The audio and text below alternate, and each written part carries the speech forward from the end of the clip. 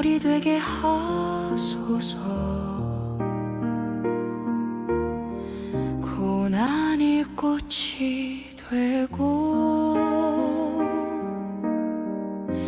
별이 되게 하소서. 눈물이 강을 이루고 상처를 예수님께 가져오면 꽃이 됩니다. 나의 상처를 치유하실 분, 오직 예수님. 고난이 꽃이 되고 별이 되게 하소서. 어둠 속에 나의 맘 빛나게 하소서. 눈물이 강을 이루어 상처를 예수님께 가져오면 꽃이 됩니다. 나의 상처를 치유하실 분, 오직 예수님. 작은 씨앗 같은 고난 새 생명 되게 하소서. 주님의 손길 아래 기적이 되게 하소서.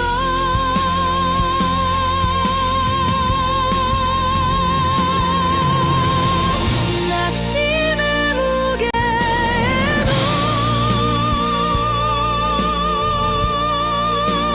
꿈은 살아나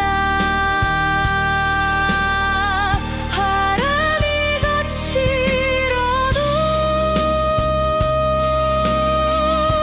숨은 멈추지 않아. 고난이 꽃이 되고 별이 되게 하소서.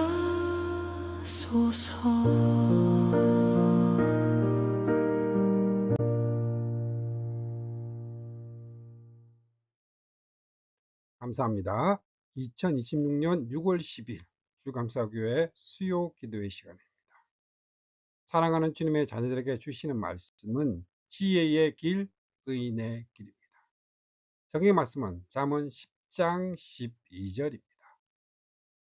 우리는 지난주까지 잠언 1장부터 9장까지 지혜가 우리를 얼마나 간절히 부르고 있는지, 그리고 그 지혜의 집이 얼마나 견고한지 지도와 목적지를 배운 시간입니다. 이제 오늘부터 다룰 잠언 10장은 그 지혜의 이론편을 지나 실전편으로 들어가는 첫 관문입니다. 잠언 10장 1절은 솔로몬의 잠언이라는 새로운 선언으로 시작이 됩니다.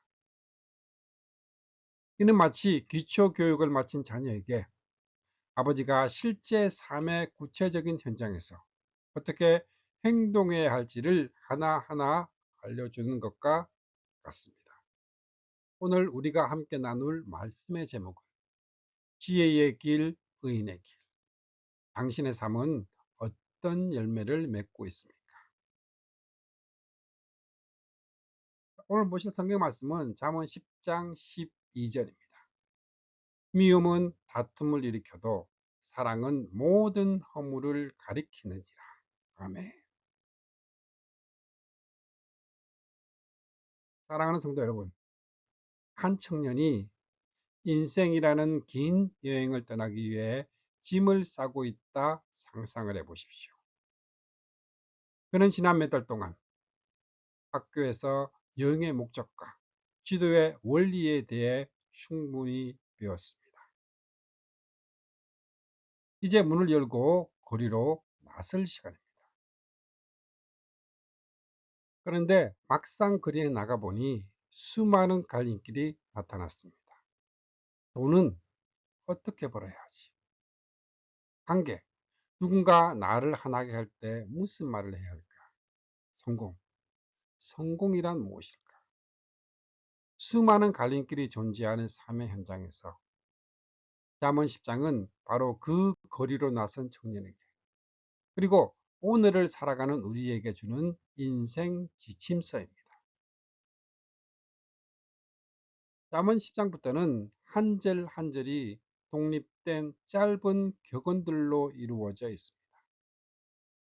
이것은 우리 삶의 순간순간, 찰나의 선택들이 모여 인생의 영원한 방향을 결정합니다. 잠언 10장의 가장 큰 특징은 대조입니다. 지혜로운 자와 미련한 자, 의인과 악인, 부지런한 자와 게으른 자, 생명과 사망, 계속해서 짝을 지어 등장을 합니다. 왜 성경은 이렇게 극명한 대조를 사용할까요? 중간지대, 그 중간지대는 없습니다. 그것을 강조하기 위함입니다.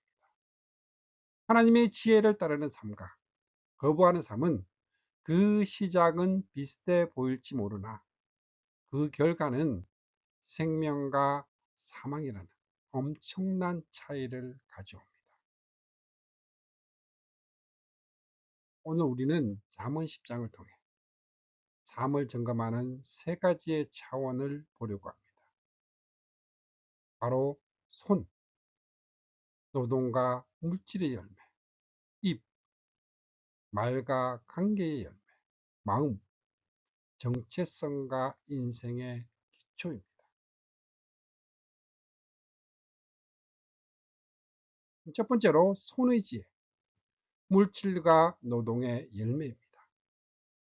사랑하는 성도 여러분, 10장 4절과 5절 말씀을 보십시오. 여기에는 두 종류의 아들이 등장합니다. 같이 봅니다.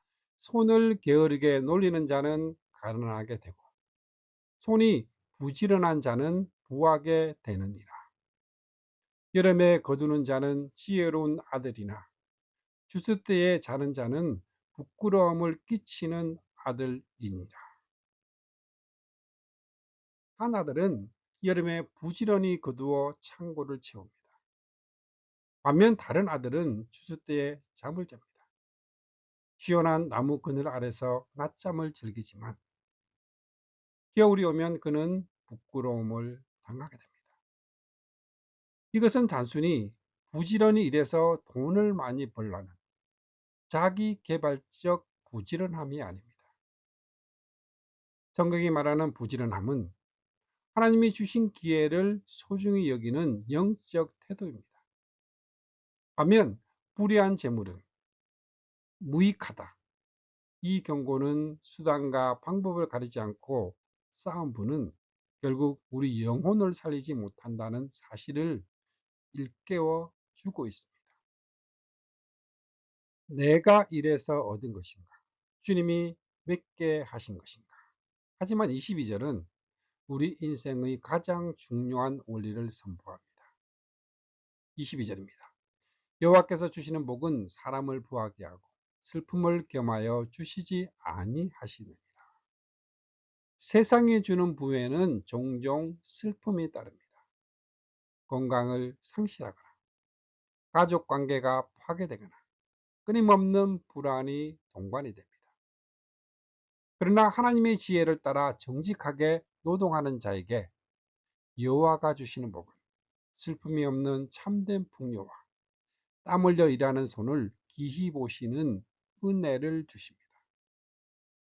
그 손에 열매를 맺게 하시는 분은 오직 여호와 한 분, 여호와 한 분뿐임을 인정하라 말씀을 합니다.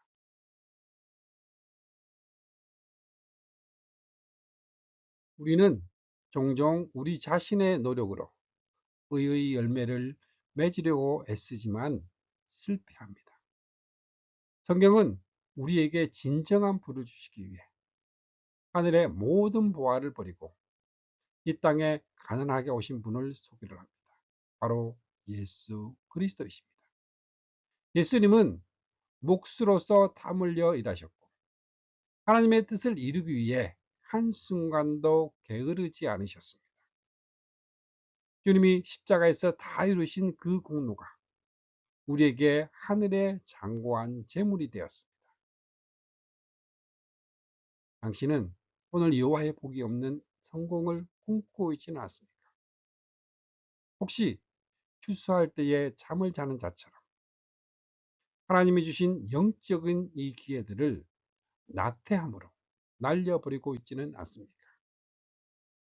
오늘 나의 손을 주님께 드려 정직하고 부지런한 삶을 살기로 결단하시겠습니까?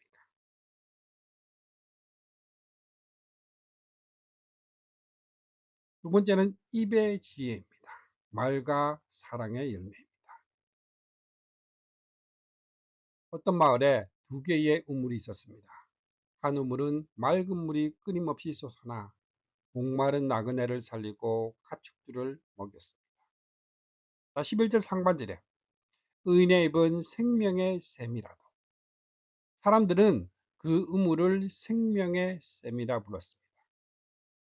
그런데 다른 우물은 독이 섞은 물이 나왔고 그 주변은 늘 악취와 다툼이 끊이지 않았습니다. 잠언 10장은 우리의 입술이 바로 이 우물과 같다고 말을 합니다. 11절 말씀 같이 봅니다.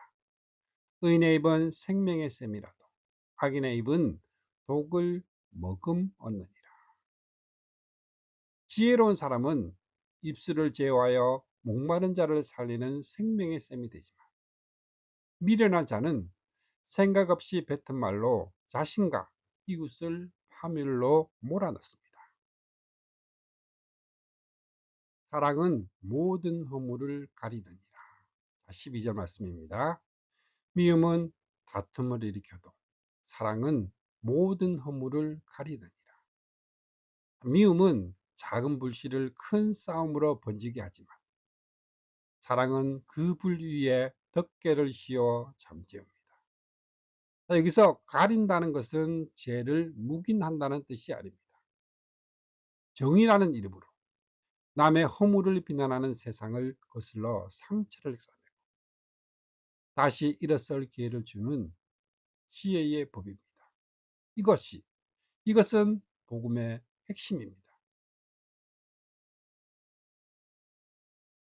이 말씀의 완벽한 성취는 십자가입니다. 하나님은 우리의 죄를 그냥 없다고 하지 않으셨습니다. 대신 예수 그리스도의 보혈로 우리의 모든 허물을 가려주셨습니다. 다윗이 고백을 했듯이 허물의 사함을 받았고 그 죄의 가리움을 받는 복이 우리에게 임한 것입니다. 그리스도의 사랑이 우리의 추악한 죄를 덮어주었기에 우리는 이제 남을 정죄하는 입술이 아니라 남의 상처를 가려주고 위로하는 생명의 샘과 같은 입술이 되어야 합니다.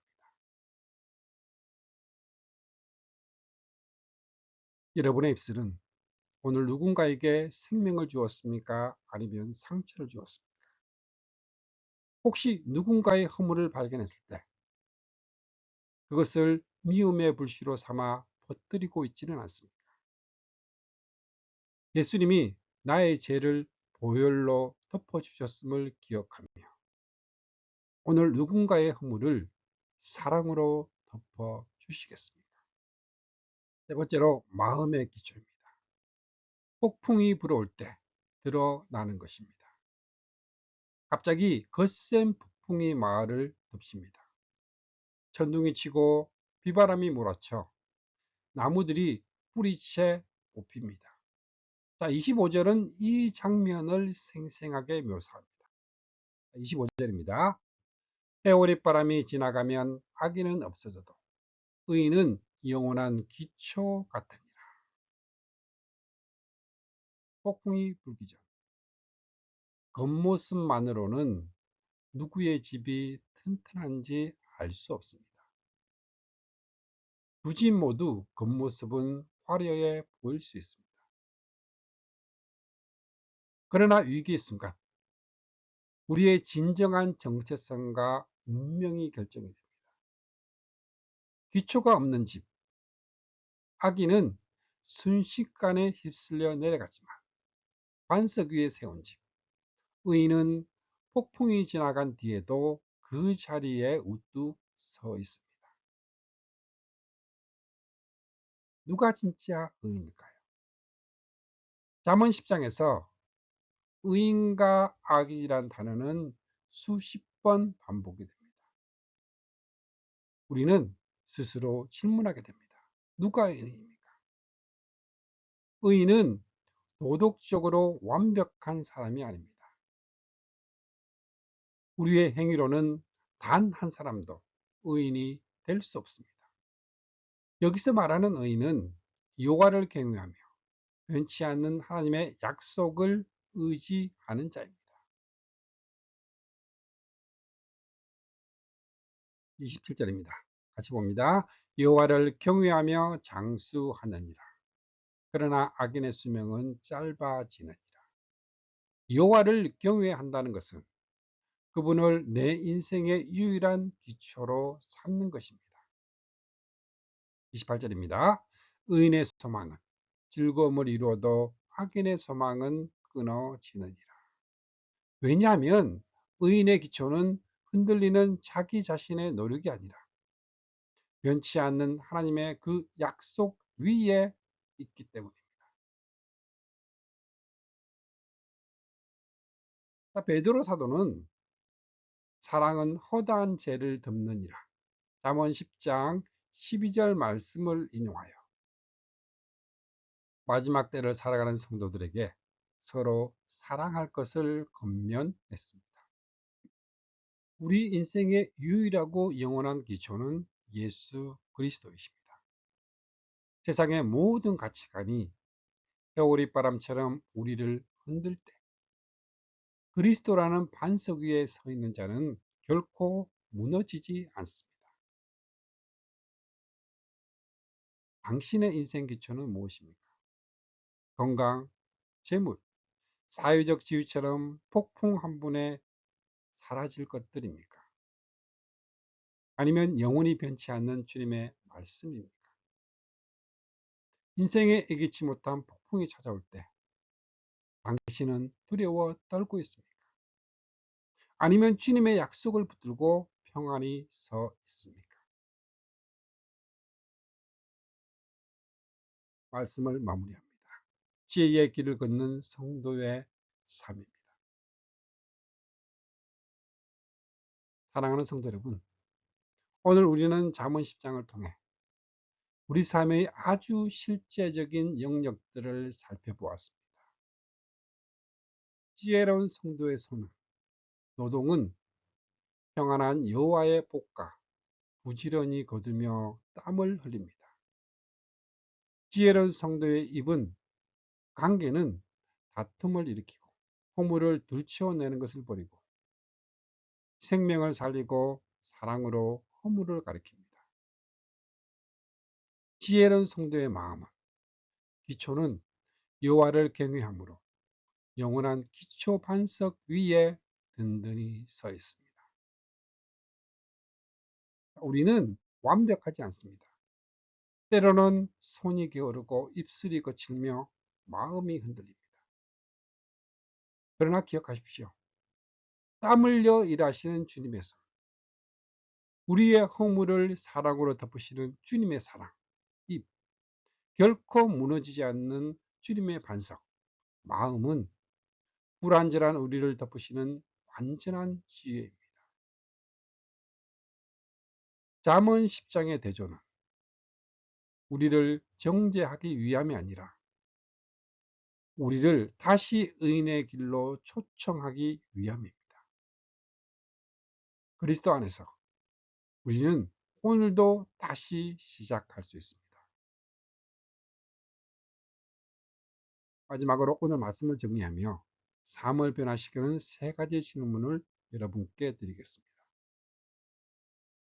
첫 번째로, 내 손은 그저 돈을 버는 도구인가? 하나님의 복을 유통하는 통로인가? 두 번째, 내 입술은 미움의 불씨를 퍼뜨리는가? 사랑의 덮개를 씌워주는가? 세 번째로, 인생의 폭풍 속에서 흔들리는 세상을 보는가? 영원한 기초를 의지하는가? 어떤 회오리 바람 속에서도 흔들리지 않는 의인의 복, 이 약속을 붙들고 오늘 이 밤 다 함께 통성으로 기도하시겠습니다.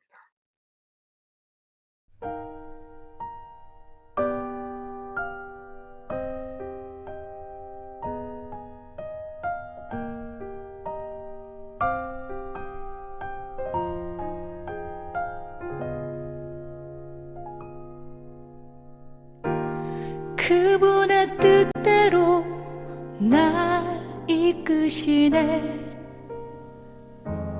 그분의 뜻대로 날 만드시네. 그분의 계획에 날 맡겨드리네.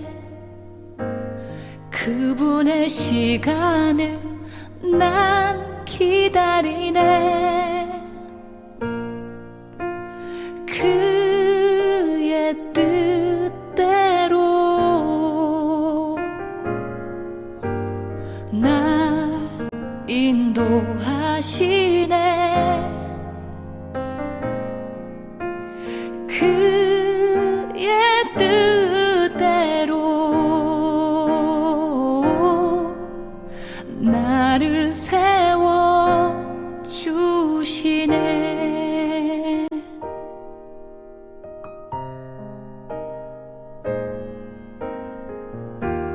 그분의 뜻대로 날 이끄시네.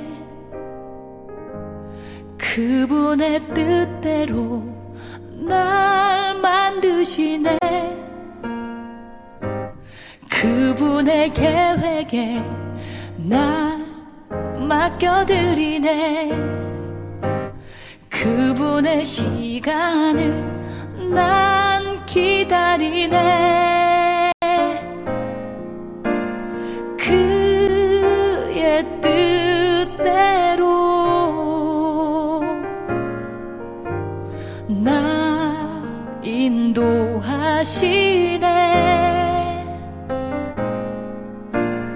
그의 뜻대로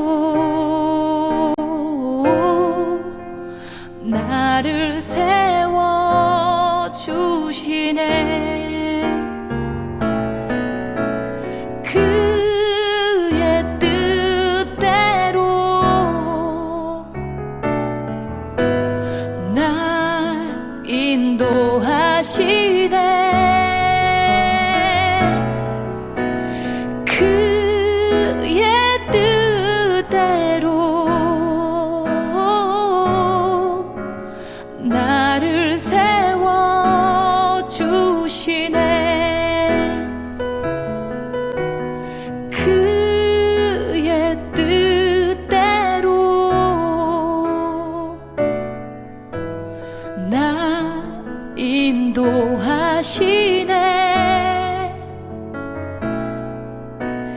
그의 뜻대로 나를 세워 주시네. 나를 세워 주시네. 나를 세워